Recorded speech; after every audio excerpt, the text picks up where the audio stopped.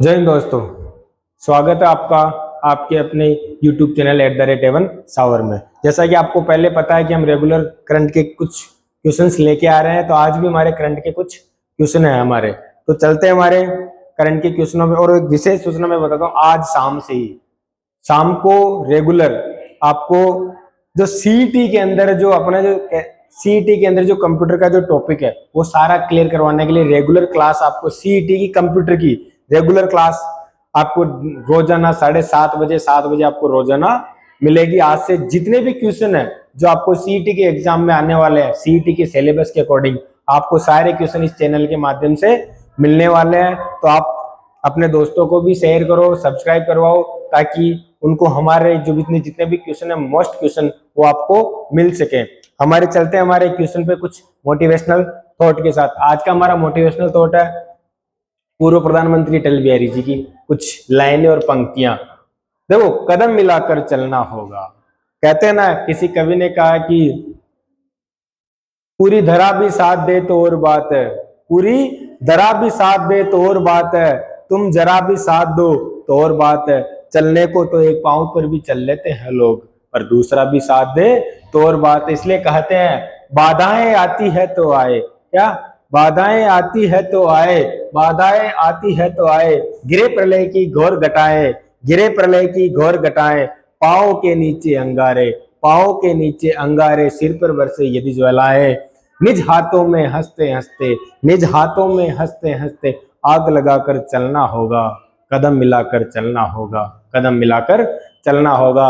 और कहते हैं कि हास्य रुदन में तूफानों में, किसमें हास्य रुदन में तूफानों में, अगर असंख्यक बलिदानों में, उद्यानों में वीरानों में, उद्यानों में वीरानों में, आसमानों में सम्मानों में, उन्नत मस्तक उभरा सीना, पीड़ाओं को पलना होगा, कदम मिलाकर चलना होगा, कदम मिलाकर चलना होगा। अगर आपको कंपटीशन अगर आपको पास करना, तो पढ़ाई से रेगुलर निरंतर आपको पढ़ाई के आगे कदम बढ़ा के कदम से कदम मिलाकर चलनी होगी। तो चलते हैं हमारे पहले क्वेश्चन पे। आज का हमारा पहला क्वेश्चन है। इससे पहले हम जो प्रीवियस क्लास में कुछ पढ़े थे उसके कुछ थॉट। राजस्थान वन विभाग, क्या राजस्थान वन विभाग का वन्य जीव संरक्षण, किसमें राजस्थान वन विभाग का वन्य जीव संरक्षण व सुरक्षा श्रेणी में अमृता देवी पुरस्कार 2022, कौन सा अमृता देवी पुरस्कार 2022 किसको मिला? जयपुर के मोहित शर्मा और दिव्या शर्मा को।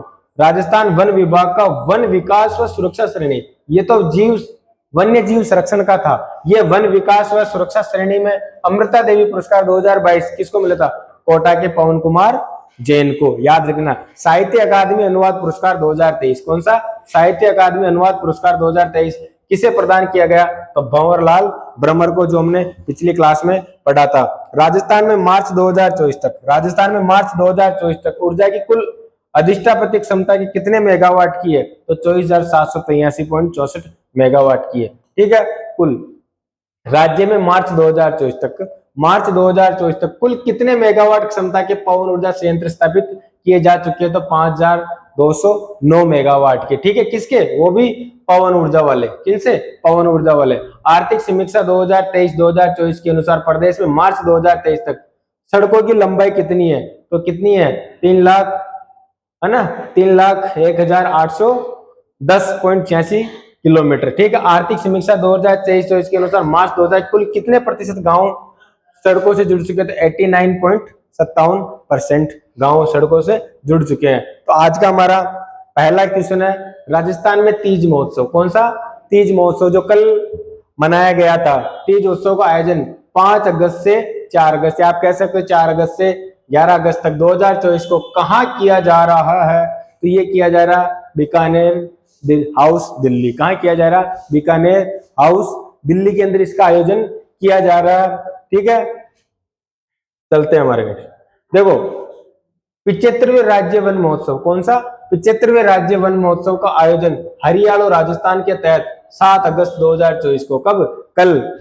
जो हरियाली हमारी तीज थी, ये मतलब इसको आप छोटी तीज भी कह सकते हो, ये जयपुर में मनाई जाती है ना, जयपुर में मनाई जाती है छोटी तीज। और जो बड़ी तीज आती है जिसको हम कजली तीज बोलते हैं, जो ये जो तीज आती है कल, वो श्रावण पक्ष की शुक्ल पक्ष की तीज होती है, किसकी? श्रावण पक्ष की शुक्ल पक्ष की तीज, जो कजली तीज आती है, जो बूंदी में मनाई जाती है, बड़ी तीज जिसको कजली तीज कहते हैं, तो ये मनाई जाती है भाद्रपद माह की कृष्ण पक्ष तीज को मनाई जाती है। तो ठीक है, ये हमारे इसका हरियाणा राजस्थान ये 7 अगस्त 2024 को इसका आयोजन कहाँ किया गया? ये किया गया दूदू के अंदर। कहाँ किया गया? जो हमारे यहाँ के उप मुख्यमंत्री श्री प्रेमचंद बैरवा के विधानसभा क्षेत्र है। देखो, हरियाणा राजस्थान सघन वृक्षारोपण कार्यक्रम क्या किया गया इस उपलक्ष्य में? सघन वृक्षारोपण कार्यक्रम किया गया। कब किया गया? श्रावण तीज यानी 7 अगस्त को। शुभारंभ किसने किया था? मुख्यमंत्री भजनलाल शर्मा द्वारा। और स्थान कौन सा? एसडीआरएफ कैंप गाड़ोता दूधी के अंदर। कहाँ पे? एसडीआरएफ कैंप गाड़ोता दूधी के अंदर। ठीक है, लक्ष्य क्या है इसका? एक दिन में 1 करोड़ से अधिक पौधे लगाकर विश्व रिकॉर्ड बनाया है।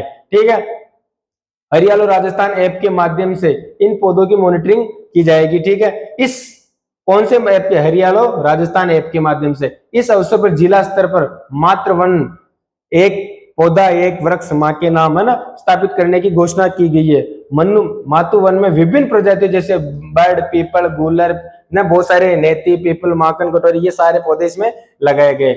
मुख्यमंत्री, नेक्स्ट क्वेश्चन हमारा, मुख्यमंत्री भजनलाल शर्मा ने किस विधानसभा क्षेत्र के है ना विधायक सेवा केंद्र के डिजिटल ऐप का शुभारंभ किया? किसका शुभारंभ किया? विधायक सेवा केंद्र के डिजिटल ऐप का शुभारंभ किया गया। तो ये किया श्रीगंगानगर के जो हमारे विधायक है, श्रीगंगानगर के जो विधायक है उन विधायकों के वहां से किया गया। तो इसका जो कुछ ऑप्शन पढ़ लो आप। मुख्यमंत्री भजनलाल श्रीगंगानगर के विधायक कौन है? जयदीप बिहानी के विधायक सेवा केंद्र के डिजिटल ऐप का शुभारंभ किया। इस तरह के डिजिटल ऐप के जरिए प्रदेश के लोग अपने विधायकों को अपने क्षेत्र की शिकायतों व समस्याओं से रूबरू करवा सकेंगे। आने वाले समय में राजस्थान के नागरिकों को काफी लाभ होगा इससे। ठीक है, हमारा नेक्स्ट क्वेश्चन, अगला क्वेश्चन है राजस्थान जन आधार परियोजना। क्या? राजस्थान जन आधार परियोजना के बारे में असत्य कथन बताइए। राजस्थान जन आधार योजना के बारे में असत्य कथन बताना है। तो राजस्थान जन आधार योजना, देखो ये 18 दिसंबर 2019, उससे पहले भामाशाह योजना थी। उसके बाद क्या आया था? जनाधार योजना, जो हमारे पूर्ववर्ती सरकार अशोक गहलोत जी मुख्यमंत्री थे, अशोक गहलोत जी। उससे पहले वसुंधरा राजे सिंधिया जी थी, उन्होंने चलाया था भामाशाह कार्ड। उसके बाद क्या चला था? भामाशाह कार्ड किसमें परिवर्तित हुआ? जनाधार कार्ड में। 18 दिसंबर 2019 जनाधार प्राधिकरण की स्थापना की गई। एकदम ये भी हमारा क्या सही है। 4 अगस्त 2021 को राजस्थान जन आधार प्राधिकरण नियम लागू हुआ। ये भी 4 अगस्त 2021 को लागू हुआ। ठीक है, राज्य के सभी परिवारों को 11 अंकों की जनाधार परिवार की आईडी, 11 अंकों की नहीं होती है, कितने अंकों की होती है? 10 अंकों की जनाधार आईडी प्रदान की गई। इसका ध्येय किया 1 नंबर 1 कार्ड और 1 पहचान। इसका जो जनाधार का ध्येय मेन क्या है? 1 नंबर 1 कार्ड 1 पहचान, इसका क्या ध्येय है। तो इसमें असत्य कथन बताना। तो असत्य कथन क्या हुआ?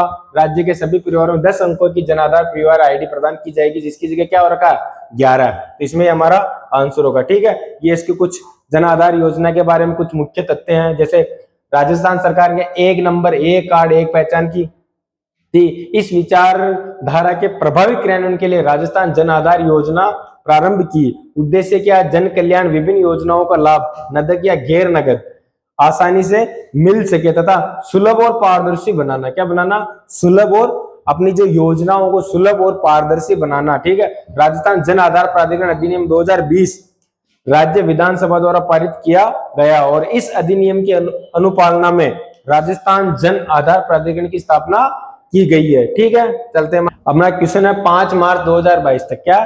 5 मार्च 2022 तक राजस्थान में रेल मार्गों की कुल संख्या हो गई। तो 5 मार्च 2022 तक जो रेल मार्गों की कुल संख्या थी कितनी हो गई? 6046 किलोमीटर। ठीक है, इसके मुख्य तथ्य हैं। देखो 6019 कितनी 21 मार्च 21 तक कितनी थी? 6019 किलोमीटर थी, जो कि मार्च 2022 के अंत तक कितनी हो गई? 6046 किलोमीटर हो गई। भारतीय रेलवे की वार्षिक पुस्तक 2021-22 के अनुसार राज्य में रेल मार्गों की कुल लंबाई कितनी है? राज्य में रेल मार्गों की कुल लंबाई 68,043 किलोमीटर, जो कि अखिल मार्ग की लंबाई का कितना 8.89% है। ठीक है, जल जीवन मिशन के बारे में असत्य कथन बताइए। क्या पूछा? जल जीवन मिशन के बारे में असत्य कथन बताना। इसकी शुरुआत 15 अगस्त 2019 को हो गई थी जल जीवन मिशन की, एकदम सही है। 2024 तक प्रत्येक ग्रामीण परिवारों को घरेलू नल कनेक्शन के माध्यम से पीने योग्य पानी उपलब्ध करवाया जाना है, सही है। इस योजना में केंद्र और राज्य सरकार की भागीदारी 60.40%, ये भी सही है। 31 मार्च 2024 तक 50.19 लाख के कार्यशैली है ना, 50.99 लाख कार्यशैली घरेलू नल कनेक्शन प्रदान किए जा चुके हैं। तो इसमें असत्य कथन बताना, असत्य कथन बताने से इसके मुख्य को पढ़ लेते हैं ना। घरेलू कनेक्शन कितने, यह मिशन 2024 तक कार्यात्मक घरेलू नल कनेक्शन FHTC के माध्यम से प्रत्येक ग्रामीण परिवार को प्रति व्यक्ति प्रतिदिन कितने 55 लीटर पानी की आपूर्ति की परिकल्पना करता है। ठीक है, जल शक्ति मंत्रालय के अंतर्गत आता है। जल जीवन मिशन का उद्देश्य है जल को आंदोलन के रूप में विकसित करना, ताकि इसे लोगों की प्राथमिकता बनाया जा सके। ठीक है, और इसमें जो है ना केंद्र और राज्यों के बीच फंड शेयरिंग पैटर्न हिमालय तथा उत्तरी पूर्वी राज्यों के लिए तो 90.10 है, और अन्य राज्यों के लिए क्या है 50-50% है। ठीक है, जबकि केंद्र शासित प्रदेशों के मामलों में 100% योगदान केंद्र द्वारा किया जाता है। जल जीवन मिशन के तहत नल के माध्यम से सभी घरों को जल पहुंचाने वाला प्रदेश का पहला ब्लॉक कौन सा है, मांडल भीलवाड़ा। ये महत्वपूर्ण तथ्य है। महत्वपूर्ण तथ्य क्या है कि जल जीवन मिशन के तहत नल के माध्यम से सभी घरों को जल पहुंचाने वाला पहला अगर कोई ब्लॉक है तो भीलवाड़ा जिले के अंदर मांडल ब्लॉक है। ठीक है, बजट 2024 में जल जीवन मिशन यानी जल जीवन मिशन 15,000 करोड़ रुपए की व्यय करके 50 लाख ग्रामीण घरों को जल पहुंचाने का लक्ष्य रखा गया, और 31 मार्च 2024 तक 50.99 लाख घरेलू की नल कनेक्शन प्रदान किए जा चुके हैं। ठीक है, तो इसमें हमारा असत्य तो कथन बताना है। असत्य कथ्य क्या है इसमें, असत्य कथ्य है इसमें केंद्र और राज्य की भागीदारी जो है वो 40.80 नहीं है, 50-50% है। कितने परसेंट है, 50-50। तो इसमें हमारा आंसर क्या होगा, लक्ष्य 15 अगस्त 2019 को शुरुआत की गई, ये भी सही, ये भी सही। इसमें योजना जो 50-40 50-50% कितना है, 50-50%। ठीक है, चलो राज्य में लाडो प्रोत्साहन योजना, कौन सी योजना, लाडो प्रोत्साहन योजना की शुरुआत की गई, कब की गई, तो लाडो प्रोत्साहन योजना की जो शुरुआत की गई 1 अगस्त 2024 को भी शुरुआत की गई। लाडो प्रोत्साहन योजना है क्या, ये आप सब जानते हैं इसके बारे में।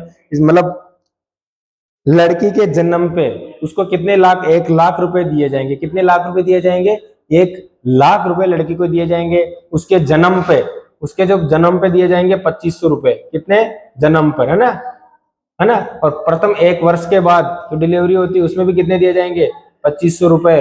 जब वो पहली कक्षा में उसका स्कूल में दाखिला होगा तो 4000 रुपए, और जो 6ठी क्लास में उसका एडमिशन होगा तो 6000 रुपए। ठीक है, इसके बाद जैसे 10वीं पास कर लेगी तो 11000 रुपए।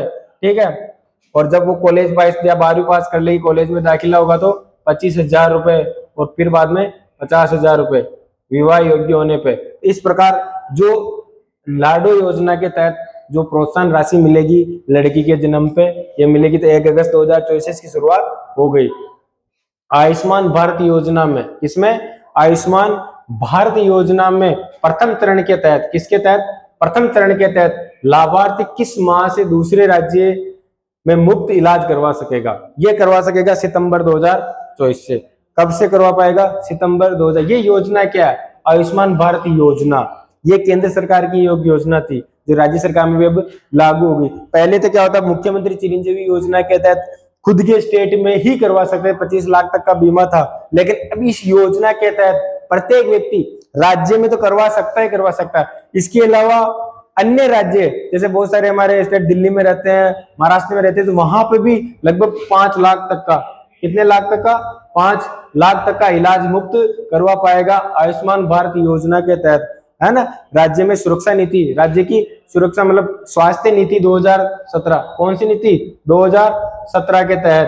ठीक है, कहीं भी वो इलाज करवा पाएगा। ठीक है, हाल ही में यूके में आयोजित अंतरराष्ट्रीय माइक्रोराइजा सम्मेलन, क्या है, माइक्रोराइजा सम्मेलन में भारत का प्रतिनिधित्व किसने किया, तो ये प्रतिनिधित्व किया डॉक्टर कृष्णा पूनिया। अभी माइक्रोराइजा सम्मेलन क्या है, देखो इसमें क्या होता है, कि जैसे हमारी जो पश्चिमी राजस्थान है जहां बारिश कम होती है, तो वहां पे जो पौधे होते हैं उनके लिए जैसे कम पानी में भी कैसे पौधे उपजाऊ हो सके, कम पानी में भी वाष्पीकरण मतलब पानी को कैसे खींच सकते हैं, तो इसके बारे में तो इनका जो संबंध था एग्रीकल्चर यूनिवर्सिटी जोधपुर यूनिवर्सिटी से था। तो जोधपुर से इन्होंने माइक्रो सम्मेलन में, क्योंकि मतलब कम पानी में कैसे पौधे उपजाऊ हो सके, ये माइक्रोराइजा एक सम्मेलन हुआ था उसके यूके के अंदर, उसके अंदर इन्होंने क्या लिया, प्रतिनिधित्व किया था किन्होंने, डॉक्टर कृष्णा सारण ने, ठीक है। और इनका जो संबंध था वो एग्रीकल्चर यूनिवर्सिटी जोधपुर से था, वहां प्रोफेसर थे, ठीक है। जयपुर टाइगर फेस्टिवल में, कहाँ पे, जयपुर टाइगर फेस्टिवल जो अभी मतलब 29 जुलाई 27 29 जुलाई के मध्य जवाहर कला केंद्र के अंदर हुआ था, है ना, उसके अंदर में इंडिया पोस्ट ने, किसने, इंडिया पोस्ट ने किस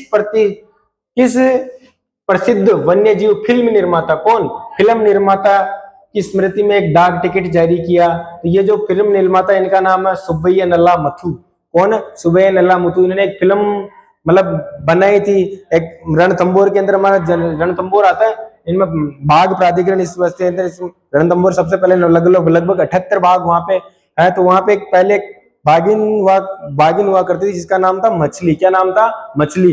तो उनके उस मछली, उस बाघिन के रिकॉर्ड सबसे ज्यादा सेल्फी उसके नाम पे रिकॉर्ड, उन्होंने एक फिल्म बनाई थी, उस पर क्या बनाई थी, सुबह नल्ला मुथु ने उन पर एक क्या बनाई थी, फिल्म बनाई थी। तो इसलिए उनके जो अभी जो जवाहर कला केंद्र के अंदर जब 29 जुलाई को सॉरी माघ मतलब हमारा माघ दिवस था, उस पे ये जो 27 से 29 जुलाई के मतलब जवाहर कला केंद्र में ये फेस्टिवल हुआ था, जयपुर टाइगर फेस्टिवल, वो इनके नाम से, ये फिल्म निर्माता सुबह नल्लू मुथु के नाम पे क्या किया गया, एक डाक टिकट जारी किया गया, ठीक है। हाल ही में राजस्थान के विधायक कौन, मुकेश भाकर को कितने समय के लिए निलंबित किया गया, तो भी कल परसों की घटना है, उन्होंने कहा इशारा की विधानसभा अध्यक्ष जी हमारे वसुदेव ने, उन्होंने गलत इशारा किया, ऐसे कुछ करके पक्ष विपक्ष में बहस हो गई, वो क्या हुई, हमारे क्या मतलब। लेकिन उनको जो मुकेश भाकर को जो निलंबित किया गया था वो कितने माह के लिए किया गया था, 6 माह के लिए इनको निलंबित किया गया था। ये आज के हमारे महत्वपूर्ण कुछ क्वेश्चन है,